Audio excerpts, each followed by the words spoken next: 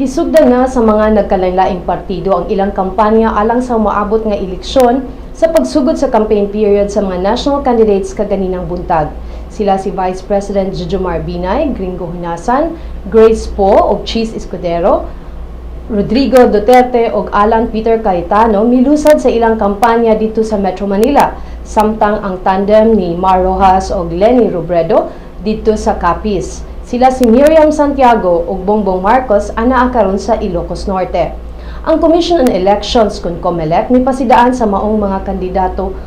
ug ilang mga supporters nga mosunod sa mga lagda sa pagpangampanya sugod karong adlaw. Matud sa COMELEC nga gitugot lang ang pamphlets, leaflets, stickers ug uban pang printed materials nga dili mulapas ang kadak-on ngadto sa 8 by 1/2 by 14 handwritten o printed letters, posters nga gama sa tela, papel o cardboard nga dili sad mulapas sa gidak-on ngadto sa 3 feet, streamers nga 3 by 8 feet, mobile units og sakyanan alang sa motorcade og paid advertisement sa print o broadcast media.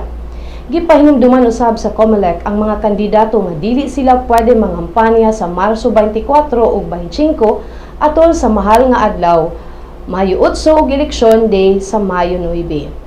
Andam na sad ang kapulisan sa tibuok nasod labi na sa Central Visayas ug sa Davao Region alang sa pagsugod sa campaign period, labi na ang